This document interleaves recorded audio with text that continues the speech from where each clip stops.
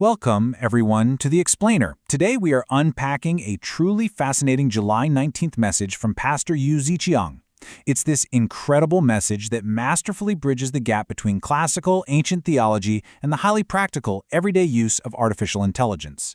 You know, we so often think of faith and high-tech as sitting on complete opposite ends of the spectrum, right? But Pastor Yu brings them together in a way that is just absolutely relevant for anyone navigating digital workflows today. Let's look at exactly how he connects ancient biblical mandates to our modern digital era. Okay, let's dive into this and set our roadmap. Today we're going to cover hallowing God's name, reflecting holiness daily, entering the AI era, the limits of AI, and finally, spreading the unchanging truth. Starting us off with Section 1, Hallowing God's Name, the Core Philosophy. Before we get into the tech, we really have to understand the foundation. Ask yourself, what does it actually mean to hallow something in a modern, everyday context? It's a word we hear in prayers all the time, but what does it look like in actual practice? Well, according to the pastor, and here he references 1 Peter 1:16, God is already inherently holy. So our job isn't to somehow manufacture or create holiness out of thin air.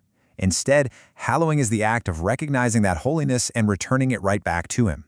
It's an active acknowledgement of His existence and His nature. And the pastor emphasizes that this process absolutely must begin internally, deep down in our hearts, before it can be anything else. Now, what's really interesting about this is how Pastor Hugh applies this famous line from the Lord's Prayer in Matthew 6:9. He points out that discovering and really believing the truth about God is a primary way to hallow His name. But on the flip side, any deliberate neglect of spiritual education or teaching falsely about these concepts is considered a profound disrespect. So, to hallow the name isn't just about saying a quick prayer. It's about having a deep educational reverence for the truth. Moving into Section 2, Reflecting Holiness Daily. Action in the Ordinary. So we've got this internal philosophy, right? But how does it actually translate outwardly? Why does this matter for you on a random Tuesday afternoon, and not just when you're sitting in a pew on a Sunday morning? Pastor Hu brings up King David as the ultimate model here, pointing straight to Psalm 16:8. David demonstrates the absolute need to maintain a constant, unwavering awareness of God's presence. And the pastor stresses that the best way to hallow God's name is by doing His will even in the smallest, most mundane work tasks. It's really about making the glory of God the entire goal of your life. And when you do that, it transforms ordinary work into an act of reverence. Which brings us to a direct challenge from the source material.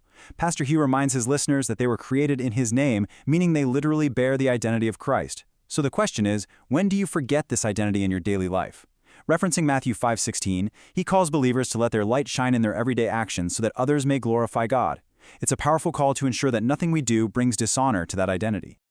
That takes us to Section 3, Entering the AI Era, the modern tool. And this brilliantly illustrates our next point. How does this ancient call to excellence translate into the modern workplace? Well, the pastor is surprisingly candid and honestly a bit relatable about his pre-Sunday preparations. He talks about carrying this extreme burden on Saturdays. I mean, we've all been there, right? Staring at a blank screen, terrified of copyright infringement, getting stuck making the most boring, text-only slides imaginable just to stay out of trouble. But now, entering the AI era, he uses these modern tools to generate stunning, customized visuals and much clearer text highlights. Zero copyright fears, and it makes the message so much easier for the congregation to actually grasp. Section 4, The Limits of AI, the Ethical Guardrail. Now, while this technology is clearly a massive blessing for administration, there is a hard, uncrossable boundary here. So the crucial point is this. Pastor Hugh issues a very stark warning against laziness.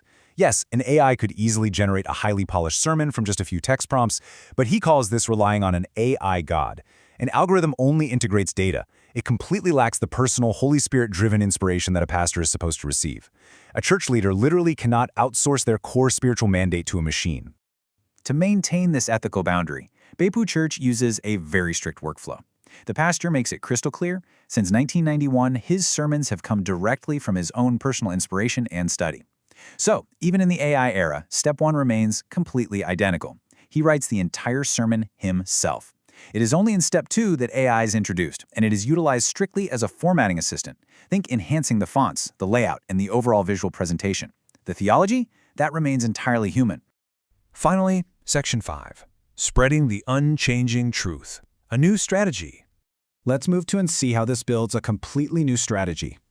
BuyBook Church's ethical use of AI doesn't just stop at pretty PowerPoint slides. It culminates in a highly structured weekend media strategy.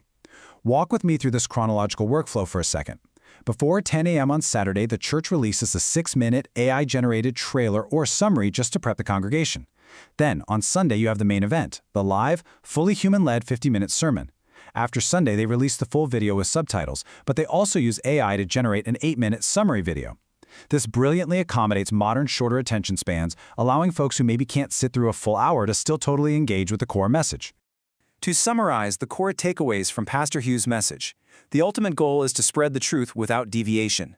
They ensure the core teachings remain human and authentic. They leverage AI practically to provide quick summaries for a busy, modern audience. And ultimately, by using modern tools efficiently, ethically, and carefully to present the message as clearly as possible, they are actively fulfilling that ancient mandate to hallow God's name. They're doing their absolute best. Which leaves us with this final thought. We've seen how one pastor navigates the intersection of ancient text and modern tech.